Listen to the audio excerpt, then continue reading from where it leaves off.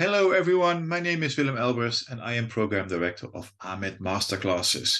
So this video is for those who want to learn a bit more about what the program has to offer, whether it's something for you, whether you should follow it or not. And some of you were not able to attend the information sessions we organize regularly, so this is a kind of backup option. Okay, let me start a brief PowerPoint which I've prepared, which will probably give you that idea you're looking for. Okay, let me move to the next slide. First, what is AMIT? Where do we come from? Well, we are in the Netherlands the biggest post-academic educator. Post-academic simply means we do not only teach bachelor and master students, but we also teach professionals, people that are already working. And this is really what this program is also focusing on. So Masterclasses is for those who work in the field of international development and want to either get a better basic understanding of the main things that are happening or want to deepen the things that they already know. We offer several programs. I'm not going to discuss the other programs like our Young Professionals program and community building, but the logos on the bottom of the screen, they really show you that we work with a lot of organizations in practice. So we do not only teach international development from an academic ivory tower, but also really from a practical perspective. So we're trying to be that bridge between academia and practice. I want to give you a very small mini lecture. And why? Because on the one hand, it will give you an idea of the things that we discuss in Masterclasses International Development. But on the other hand, it will also give you a better understanding of the type of topics that we discuss in the program or where they originate from. And if I give you this mini lecture, then you will see they have a lot of interrelations and they make a lot of sense. Okay, so first, a very basic trend that has a profound effect on the international development field, including probably the organizations you are working for. And in a way, I can guarantee that these trends, which I'm going to very briefly discuss, will also in some way affect your job or will affect them probably in the future. Well, first of all, we see that the importance of official development assistance, ODA, official development assistance, money from governments to other governments for development purposes is really on the decline in relative terms. So I'm saying relative terms because in absolute numbers it's still very big and it's not going down, but in the context of other flows to low and middle income countries, it's really becoming less important. And this slide is really illustrative because it shows that especially this applies to like middle income countries. We're talking about the Ghanas of this world, or maybe Kenya. You see that in these type of countries, you see the orange flows. You see that the money is increasing exponentially, the money flowing into these countries. But the poorer countries, really the low income countries, the least developed countries, you see that ODA development money, so the blue and the purplish streams, they remain as important as ever. And you can understand that this has a profound effect of how this sector will develop over the coming years and which countries will be targeted for development work. Another thing I really want to point out briefly is the declining relevance of the North-South paradigm. International development has traditionally been based on the paradigm of, it's very implicit, but it's always there, the northern countries, they are the end goal. They are the holy grail. They are a role model to work towards too. And that idea is really, really, really rapidly declining for various reasons. And you can imagine that if this idea changes, it changes the whole nature of what international development is about and will be about in the foreseen future. For example, the idea that Western democracies are the ultimate end goal. Well, think of the experience in the United States with Trump, the rise of populism. That idea is increasingly losing its validity. But also you see the rise of economic powers in formerly developing countries that are really becoming an economic powerhouse. So the Western capitalist model as the only model that is also losing its validity. At the same time, you see the rise of the sustainable development goals paradigm, where it's no longer about developing or helping poor countries with Western aid, but increasingly about tackling global problems like climate change or medical problems, health issues like COVID that affect everyone. So is also the idea that so-called northern countries are still not there. They also need to have to develop in their own terms. And of course, you have the rising inequality within countries. So the idea that it's about poor and rich countries, that's really no longer that valid anymore. There is increasingly inequality within countries. So even very relatively rich countries like Brazil have very poor areas. Well, what you also see is like in the past, I think even up to 2005, maybe 2010, but probably 2005, that area development cooperation was still a very clean, easy to understand sector or field with you had government agencies doing some work, international agencies like UN, World Bank, and you had NGOs. And that picture has completely shattered with the rise of all kinds of foundations, big celebrities doing, very wealthy entrepreneurs doing development work, the rise of private citizens initiatives, like people like you and me that want to do something. All kinds of new actors are coming up, business actors, and that really is changing the field with different types of cooperation that are also not only based on the traditional donor-recipient model, where one gives money and other receives, but other ways of mobilizing money. And that results in really in different ways of working. I can tell you much more about it, but I think you get the picture. And of course, there is this increasing pressure to deliver value for money. Development, like other public sectors, development cooperation is under increasing public scrutiny with rise of political populism that is really, asking these critical questions. Is this really something worth to spend taxpayers' money on? Development organizations in general, with governance as well, need to demonstrate that they're delivering good work, that they are delivering, that they can show the numbers. And this really has a big impact on the type of activities that are being done.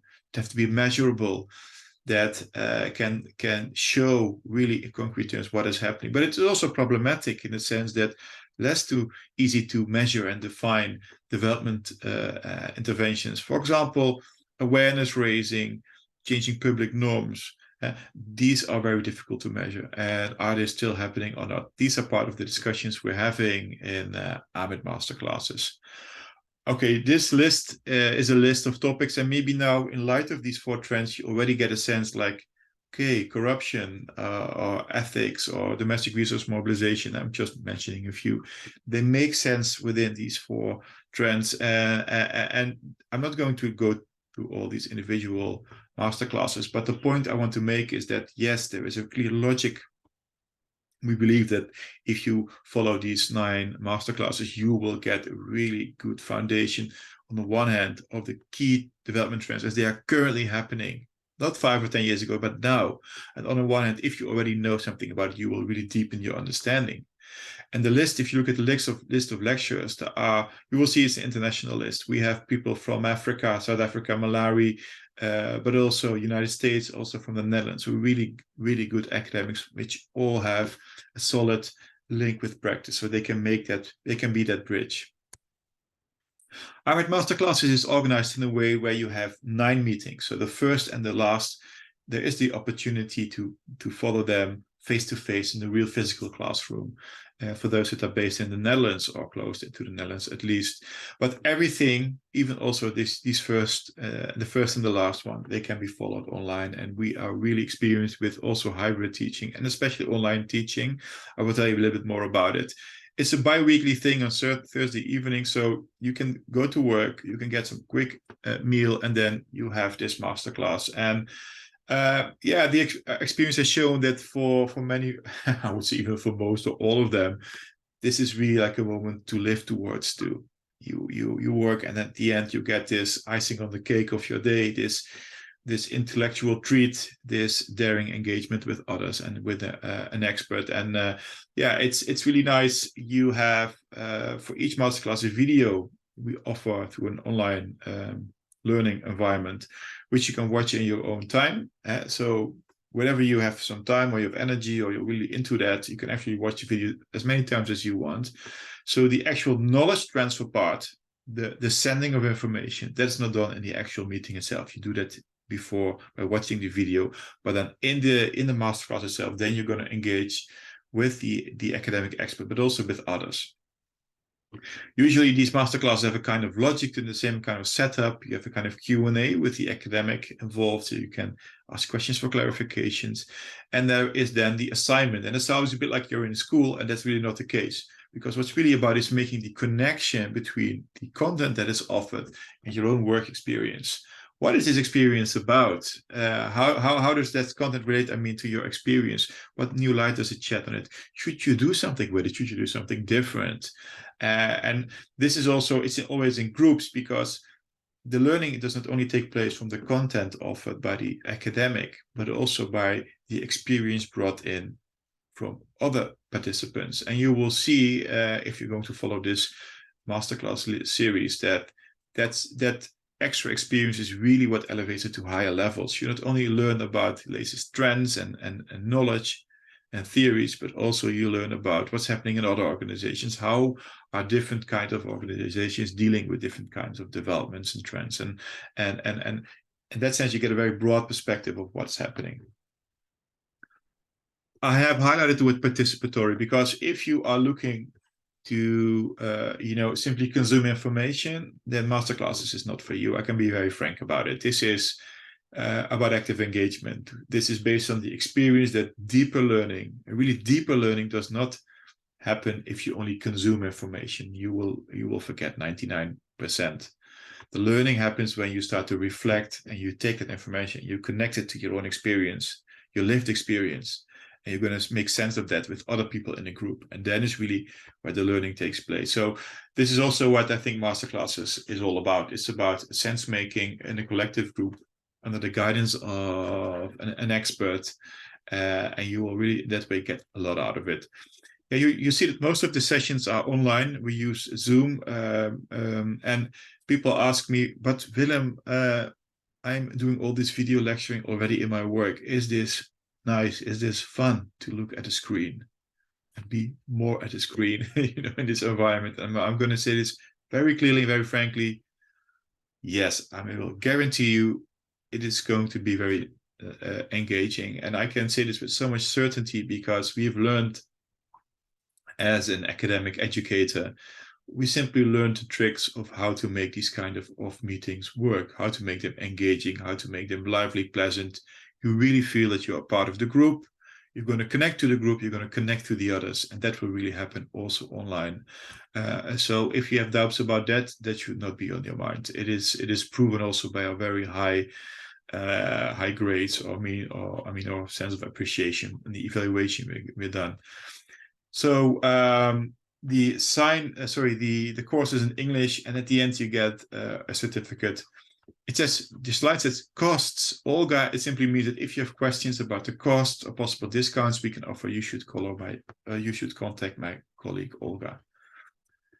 Okay, wrapping up my story a little bit. For whom is this masterclass series then? It is really for development professionals. We have over the I think this is the 7th time we're doing it, or 8, I forgot.